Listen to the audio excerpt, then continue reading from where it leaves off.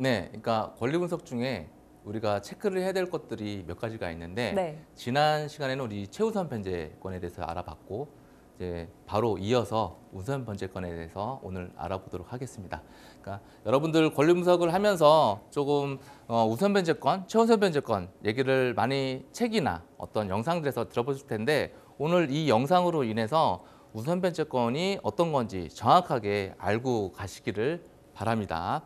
자, 우선 변제권 이게 대체 뭘까? 우선 변제권이 사실 경매에 내가 투자를 안 하고 이제 일상생활에서 쓰는 단어가 아니잖아요. 우선 변제권은. 하지만 우선 변제권을 조금 더 쉽게 제가 이제 풀어서 말씀을 드리면 우리가 은행을 갔을 때 순번표를 뽑잖아요. 내가 가자마자 바로 순번표를 뽑는데 내가 먼저 갔다고 해도 이 순번표를 안 뽑으면 업무를 먼저 볼 수가 없죠. 그 우선 변제권은 그 순번표다. 이렇게 쉽게 생각을 하시면 좋을 것 같습니다. 자, 우선 변제권에 대한 권리 분석이 잘못되면 대항력 있는 임차인, 우리 가장 무서워하는 거죠. 경매하면서 이 대항력 있는 임차인. 이것 때문에 뭐 내가 보증금을 날릴 수 있다. 뭐 이런 것 때문에 이 대항력 있는 임차인이 있다라 그러면 우리는 일단은 물건을 안 보는데 꼭 그럴 필요는 없거든요. 그래서 대항력 임차인이 보증금을 인수하게 됩니다. 이게 권리 분석이 잘못되면 우선 변제권에 대한 그래서 권리 분석을 내가 할 때 이 우선 변제권을 반드시 알아야 되는 거예요. 이 우선 변제권은 임차 주택의 환가 대금에서 후순위 권리자나 그 밖의 채권자보다 우선하여 보증금을 받을 권리가 있다. 우선한다는 하는 거죠. 그래서 우선 변제권이고 최우선 변제권은 최우선으로 준다. 이렇게 생각을 하시면 됩니다. 자, 우리 우선 변제권 적용 사례를 한번 볼게요. 경매와 공매, 특히 이제 공매는 압류재산이죠. 이 절차에서 담보 물권자가 후순위보다 우선하여 배당이나 공매에서는 배분이라고 하죠. 받을 수 있는 권리라고 보시면 돼요. 그러니까 이 표를 보시면 조금 이해가 쉬우실 텐데 2020년 10월 22일 날 A라는 은행에서 근저당 5억을 어떤 아파트에 잡았습니다. 그리고 한 달 정도 뒤에 B은행에서 또 근저당 3억을 잡았어요. 그리고 이 A은행에서 이제 임의 경매를 했죠. 자, 이렇게 됐을 때 어떤 분이 이제 낙찰을 받았어요. 그게 이제 6억 원이라고 우리가 가정을 해볼게요. 자, 그렇게 되면 6억 원이 이제 들어왔으니까 A라는 은행은 5억이 배당이 되겠죠. 왜? 5억을 근저당 잡았으니까. 그리고 B라는 은행은 3억을 받아야 되는데 6억에서 5억이 먼저 배당 받았으니까 1억이 남겠죠. 그 1억을 배당을 받는 겁니다. 그러니까 순서대로 이렇게 먼저 배당을 받는 거죠. 그래서 이 우선 변제권을 내가 꼭 알아야 나중에 이제 권리 분석할 때 더 중요하다는 거예요. 담보 물건이 아닌 가압류가 있는 경우도 우리가 있잖아요. 경매 물건을 보다 보면 다 권리사항 보면 다 뭐 근저당만 있는 게 아니라 뭐 가압류도 있으니까 이 가압류가 있을 경우는 어떻게 될 수 있냐 그것도 살펴봐야 되겠죠. 가압류 같은 경우는 우선 변제권을 행사할 수 없어요. 우선 변제권을. 그래서 그 은행에서 보통 그 근저당을 잡는 거죠. 우선 변제권을 행사하려고. 그래서 이제 요 표를 보시면 이제 좀 이해가 쉬우실 텐데 2020년 10월 달에 A라는 사람이 가압류 3억 원을 잡고 그 다음에 한 달 뒤에 또 B라는 사람이 가압류 3억 원을 잡았어요. 그래서 이 A라는 사람이 가압류를 가지고 이 강제 경매를 했습니다. 가압류를 가지고 내가 경매를 하면 임의 경매가 아니라 강제 경매예요. 그 부분은 나중에 기회가 된다 그러면 다시 한번 말씀드리도록 하겠습니다. 자, 낙찰이 4억 원이 됐어요. 4억 원에.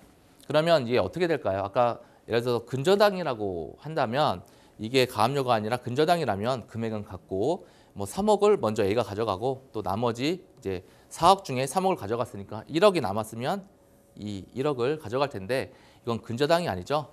가압류예요. 가압류는 뭐다? 우선 변제권을 행사할 수 없다.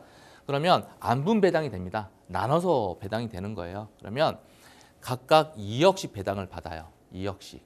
이게 담보 물건하고 이제 가압류가 있을 경우 이제 우선 변제권이 이렇게 다르게 되는 거니까 우리가 경매 물건을 보고 어떻게 배당이 될지 알아볼 때 그게 담보 물건인지 그러니까 근저당인지 어떤 가압류인지 그거를 또 살펴볼 필요가 있다는 거죠. 자, 우선 변제권 요건이고 발생 시기를 이제 알아봐야 되겠죠. 우선 변제권의 요건이 어떻게 되느냐. 이것도 마찬가지로 뭐 아무나 이제 우선 변제권을 해당되는 게 아니니까 어떤 요건이 있는지 봐야 되겠죠.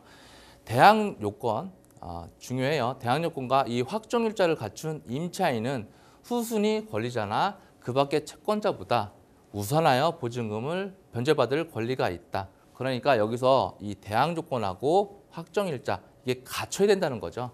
이 요건이 꼭 들어가야 됩니다. 그래서 우선 변제권 발생 시기가 어떻게 되는지, 자, 대항력 발생 시기와 확정일자 중 늦은 날 주택의 인도와 주민등록을 마친 당일 또는 그 이전에 확정일자를 갖춘 경우 우선 변제권은 주택의 인도와 주민등록을 마친 다음 날 기준으로 한다. 이렇게 보시면 되겠죠. 보통 우리가 전입일이 있고 확정일자가 있는데 이 확정일자 가지고 우리 이제 채권자들한테 순서대로 배당을 해요. 확정일자 가지고. 그렇지만 간혹 보다 보면 확정일자가 늦고 전입이 더 빠르거나 이렇게 그러니까 확정일자가 더 빠르고 전입이 늦는 경우도 우리가 볼 수 있거든요. 그러면 그 전입일 더 늦은 날짜 기준으로 이렇게 배당 순서를 정한다. 이렇게 생각을 하시면 되겠습니다. 자, 임차인이 보증금을 증액한 경우도 있겠죠. 우리가 뭐 전세를 살다 보면 계속 이제 살면서 증액을 하는 경우도 있는데 증액을 하는 경우를 우리가 살펴보면 근저당 설정 일자의 선호에 따라 인수 여부가 결정이 됩니다. 그러니까 근저당 일정이 굉장히 중요한 거예요. 대항력을 갖춘 임차인이 저당권 설정 등기 이후에 보증금을 증액하기로 합의하고 지급한 경우, 이제 서로 임대인하고 이제 합의를 하고 지급한 경우에는 저당권 설정 등기 이전에 취득하고 있던 임차권으로 선순위로서 저당권자에게 대항할 수 있으면 물론이나 증액하기로 한 합의는 합의 당사자 사이에서만 효력이 있는 것이고 저당권자에게는 대항할 수 없다라고 할 수밖에 없으므로, 그러니까 요게 이제 그 포인트죠. 저당권 설정 등기 이후에 증액한 임차 보증금으로는 대항할 수 없는 것이다. 이게 대법원 판결이 이때 난 거기 때문에 여러분이 이제 물건을 보다가 보증금이 증액한 경우가 있으면 내가 이 증액한 부분도 다 인수를 해야 되는지 아니면 증액한 부분은 인수를 안 해도 되는지 이 부분을 살펴볼 때 이 저당권 설정 등기 날짜를 잘 보시고 판단을 하시면 되겠죠. 자, 우리 보증금을 증액한 경우 이제 적용 사례를 볼게요. 우리가 이제 임차인이 살고 있는 경우도 경매 물건에는 많으니까 이제 이걸 가지고 우리가 체크를 한번 해보겠습니다. 2018년도 11월 22일 날 어떤 임차인이 보증금 5억에 이제 전입을 했습니다. 그러니까 전입 인도하고 확정일자까지 다 이상 없이 받았어요. 그런데 이제 2년 뒤에 전세는 보통 월세나 이제 2년 정도 계약을 하니까 2년 뒤에 증액을 했죠. 2억 원. 그 다음에 어떤 근저당을 잡았어요. 3억. 그래서 이 근저당이 임의 경매를 한 거죠. 아까 이제 증액한 부분 앞에서 살펴봤죠.